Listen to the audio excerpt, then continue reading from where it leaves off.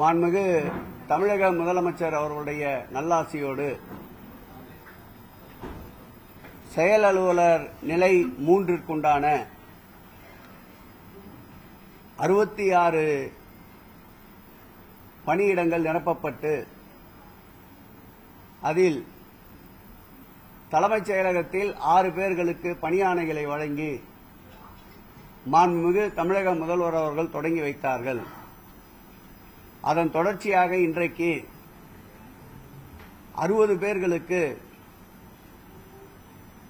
செயல் அலுவலர் நிலை 3ற்குண்டான பணியாணைகளை துறையினுடைய செயலாளர் மணிவாசகம் அவர்கள் முன்னிலையிலேயும் துறையினுடைய சிறப்பு அலுவலர் குமரகுருபரன் அவர்கள் முன்னிலையிலேயும் துறையினுடைய இந்து சமய அறநிலையத்துறை ஆணையாளர் முரளிதரன் அவர்கள் முன்னிலையில் கூடுதல் ஆணையாளர்கள் சங்கர் மற்றும் திருமகள் ஆகியோர்கள் ஹரிப்பிரியா ஆகியோர்கள் முன்னிலையில் இன்றைக்கு இந்த 60 நபர்களுக்கும் செயல் அலுவலர் நிலை 3ற்குண்டான ஆணைகள் வழங்கப்பட்டிருக்கின்றது.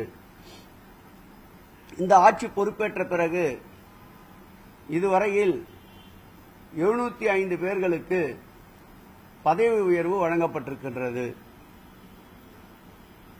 தமிழ்நாடு பப்ளிக் சர்வீஸ் கமிஷன் சார்பில் சுமார் இதுவரையில் 244 பேர்களுக்கு பணி நியமன ஆணை வழங்கப்பட்டிருக்கின்றது.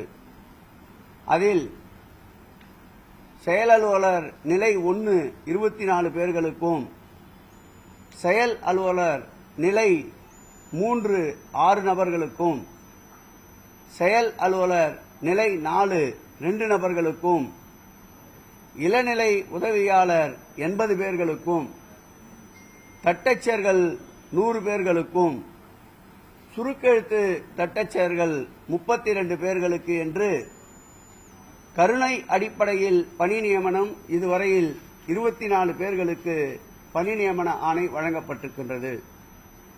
இந்த ஆட்சி ஏற்பட்ட பிறகு 110 விதியின் கீழ் பணி வரன்முறை திட்டத்தின்படி கடந்த ஆட்சி காலத்தில் அறிவிக்கப்பட்டுவிட்டு அந்த திட்டத்தை நிறைவேற்றாத சூழலில் பணியாளர்கள் நலன் கருதி 1287 பேரை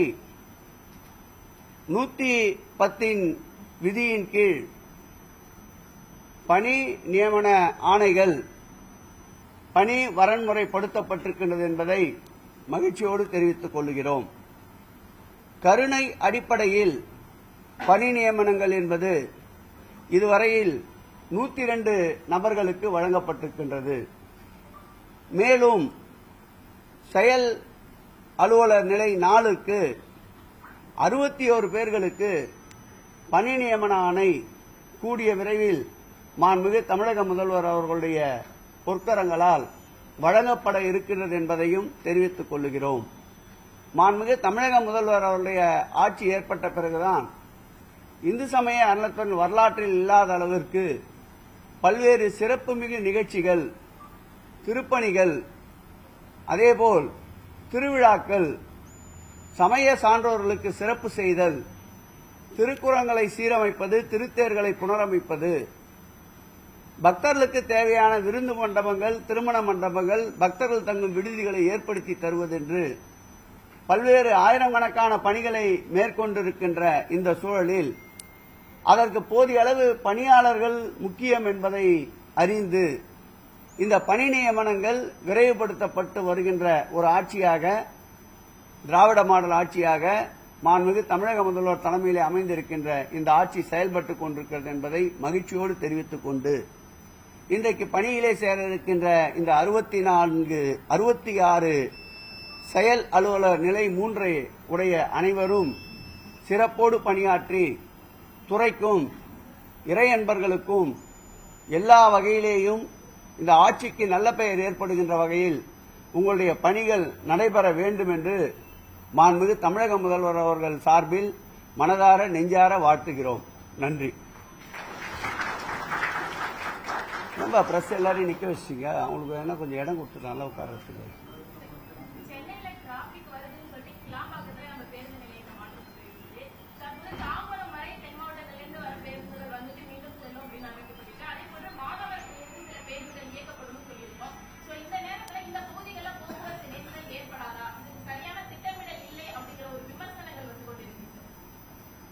எதை குறித்துத்தான் விமர்சனங்கள் செய்வதற்கு தயங்குகிறார்கள் சொல்லுங்கள். மாதாவரம் பேருந்து நிலையத்தில் பேருந்துகள் இயக்கப்படவில்லை என்று ஒரு விமர்சனம் வைக்கிறீர்கள். இன்றைக்கு மாதாவரத்திலே இருந்து 135 பேருந்துகள் இன்று காலை இயக்கப்பட்டிருக்கின்றது. இயக்கினாலும் விமர்சனம், இயக்காவிட்டாலும் விமர்சனம்.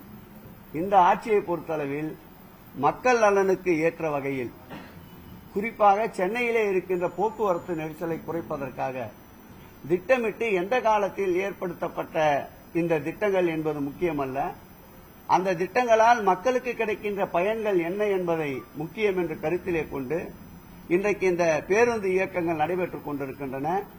போதிய அளவு முன்னெச்சரிக்கையாக, முன்னேற்பாடாக ஏற்படும் போக்குவரத்து நெரிசல் என்பதை கணக்கிட்டு அதற்கேற்றாற்போல் பல்வேறு வகையில் சிறப்பு நடவடிக்கைகளை எடுத்திருக்கின்றோம்.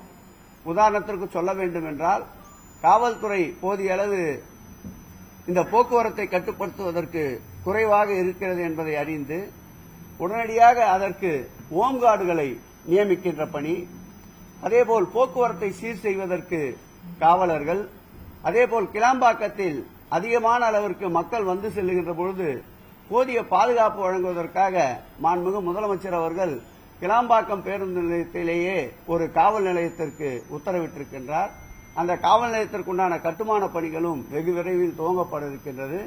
இதுபோல் பயணிகள் கூடுதலாக வருகின்ற பொழுது அவர்களுடைய வசதிகளுக்கு ஏற்ப சிறப்பு திட்டங்கள் வகுக்கப்பட்டு செயல்படுத்தப்பட்டு வருகின்றன. நாளடைவிலே அனைத்து பிரச்சனைகளும் சுமூகமாக தீர்க்கப்பட்டு பக்தர்களுக்கு தேவையான அனைத்து வசதிகளும் ஏற்படுத்தி தரப்படும் என்பதை தெரிவித்துக் கொள்கிறேன்.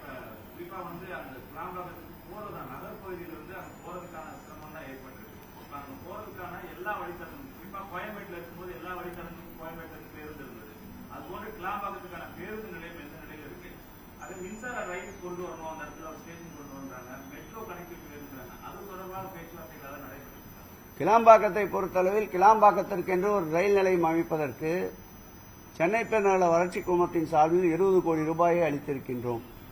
அந்த பணிகள் தற்போது துவக்கப்பட்டு இந்த ஆண்டு இறுதிக்குள் முடிவடைய இருக்கின்றன.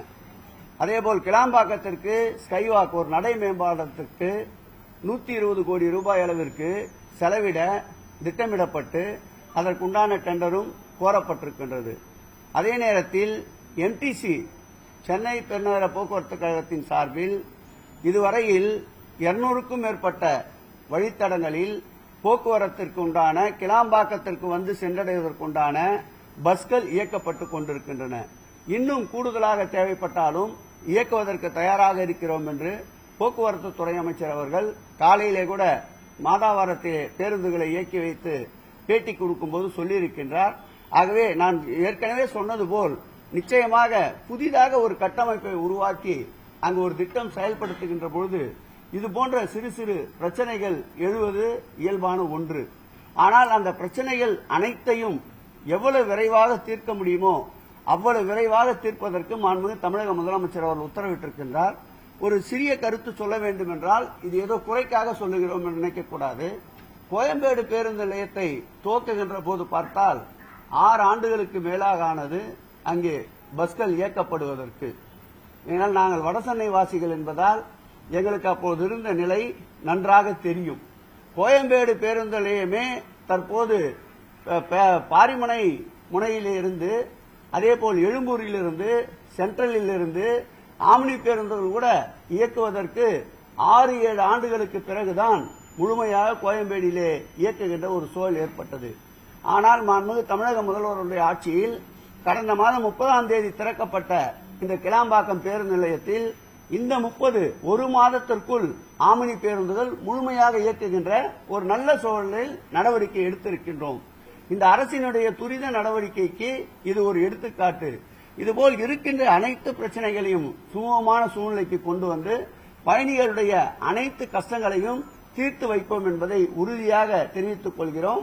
தொடர்ந்து மாண்புமிகு முதலமைச்சர் அவர்களும் கண்காணித்து அவ்வப்போது ஏற்படுகின்ற பிரச்சனைகளுக்கு தீர்வு காண எங்களையும் அதேபோல் போக்குவரத்து துறையையும் அமைச்சர் சிவசங்கர் அவர்களையும் அறிவுறுத்தி கொண்டிருக்கின்றார்கள். அவருடைய அறிவுறுத்தின் பேரில் வெகு விரைவாக பயணிகளுக்கு இருக்கின்ற அந்த சங்கடங்களை நிச்சயமாக தீர்த்து வைப்போம். இப்ப இதெல்லாம் பின்னுக்கு போயிடுச்சு. 66 பேருக்கு வேலை வாய்ப்பு பின்னுக்கு போயிடுச்சு. சொல்லுமா. இல்லம்மா, கழிப்பறைகளை பொறுத்தளவில் போதுமான அளவு கூடுதலாகவே இருக்கின்றது. சிங்கிள் விண்டோ சிஸ்டத்தில் எடுத்துக்கின்ற பிஜிவி நிறுவனம் கழிப்பறைகளை பராமரிப்பதற்கு முழுமையாக ஆட்களை நியமித்திருக்கிறது. உணவகங்களை பொறுத்தளவில் தனியார் உணவகங்கள் தற்போது செயல்பாட்டிலே இருக்கின்றன. சென்னை பெருநகர வளர்ச்சி குழுமத்தின் சார்பில் மலிவு விலையில் ஒரு உணவகத்தை ஏற்படுத்த மாண்புமிகு தமிழக முதல்வர் அவர்கள் உத்தரவிட்டிருக்கின்றார். அதற்குண்டான அடிப்படை பணிகளை தற்போது துவக்குகின்ற நிலையிலே சென்னை பெருநகர வளர்ச்சி குழுமம் இருக்கின்றது. ஆகவே உணவகத்திற்குண்டான பற்றாக்குறை இல்லை. அதேபோல் குழந்தைகளுக்கு பால் அத்தியாவசிய பொருள் என்பதால் ஆவின் பாலகத்தின் சார்பில் 2 ஆவின் பாலகங்கள் கிளாம்பாக்கம் பேருநிலையத்திலே செயல்பட்டுக் கொண்டிருக்கின்றன. விலைமதிப்பற்ற மனித உயிர்களுக்கு திடீரென்று ஏற்படக்கூடிய உடல்நலக் குறைவிற்கு உடனடியாக சிகிச்சைக்காக மருத்துவமனை ஏற்படுத்தப்பட்டிருக்கின்றது. அந்த மருத்துவமனையில் பரிசோதனை மற்றும் அவர்களுடைய உடல்நிலையை குறித்து அறிந்து கொள்வதற்குண்டான கட்டணங்கள் எதுவும் வசூலிக்கப்படவில்லை. அவர்களுக்கு தேவைப்படுகின்ற மருந்து மாத்திரைகளுக்கு தான் கட்டணங்கள் வசூலிக்கப்படுகின்றது. ஆகவே என்னென்ன மக்களுக்கு இன்றியமையாத தேவைகளோ அதை உடனுக்குடன் சென்னை பெருநகர வளர்ச்சி குழுமமும் போக்குவரத்து துறையும் இணைந்து நிறைவேற்றிக் கொண்டிருக்கிறோம் என்பதை தெரிவித்துக் கொள்கிறேன். செய்திக்கு வந்துடுச்சு உங்களுக்கு. சரி தலைவமா, எல்லாரும் இந்த கோயம்பேடை பத்தி என்ன கேட்பீங்கன்னு நினைச்சேன். லூலு மாலை பத்தி எதுவும் கேட்கல யாரும். சொல்லட்டுமா? சரி, இல்ல சொல்லிட்டேன், நேற்றே சொல்லிட்டோம். அப்படி எந்த திட்டமும் இல்லைன்னு சொல்லிட்டோம். இல்ல, நிச்சயமாக அது ஒட்டுமொத்தமாக 51 ஏக்கர் நிலப்பரப்பு இடம். அந்த 51 ஏக்கர் நிலப்பரப்பு நிலத்திலே ஏதாவது மக்களுக்கு பயன்படுகின்ற கட்டமைப்புகளோ திட்டங்களோ கொண்டு வருகின்ற பொழுது நிச்சயமாக அதில் பசுமை பூங்காவும் இடம்பெறும். உதாரணத்துக்கு கிளாம்பாக்கம் பேருந்து நிலையத்தை எடுத்துக்கொண்டால் 6 ஏக்கரிலே ஒரு நீரேற்று பூங்கா அமைத்திருக்கிறார்கள். 86 ஏக்கரிலே இருக்கின்ற கிளாம்பாக்கம் பேருந்து நிலையத்திற்கு காலநிலை பூங்கா 11 ஏக்கரிலே அமைக்கப்பட்டிருக்கின்றது. ஆகவே இங்கே 51 ஏக்கரிலே வருகின்ற திட்டங்களுக்கு தகுந்தாற்போல் நிச்சயமாக அதில் பசுமை பூங்கா இடம்பெறும் என்பதை தெரிவித்துக் கொள்கிறேன்.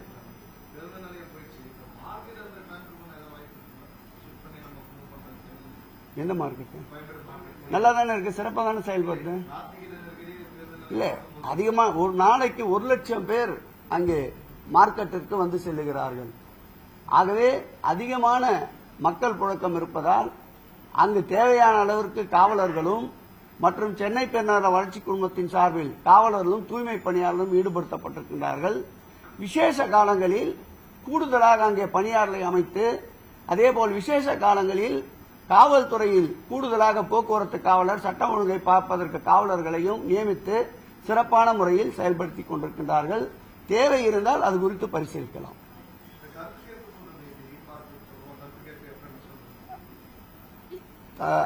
அந்த கோயம்பேடு பேருந்து நிலையத்தை பொறுத்தளவில் தற்பொழுதுதான் பிரைவேட்டாக கன்சல்டன்டிடம் ஒப்படைத்திருக்கின்றோம். அவர்களுடைய இறுதி அறிக்கை வந்த பிறகு அதை முழுமையாக கூர்ந்து ஆய்வு செய்து அதன் பிறகு முதலமைச்சருடைய கவனத்திற்கு கொண்டு சென்று உரிய உத்தரவு பெற்ற பிறகு மக்களுடைய கருத்து கேட்புகளுக்கு பிறகுதான் எந்த விதமான முடிவும் எடுக்கப்படும் என்பதை தெரிவித்துக் கொண்டிருக்கின்றோம். ஆகவே அது குறித்த பணிகள் படிப்படியாக நடந்து கொண்டிருக்கின்றன.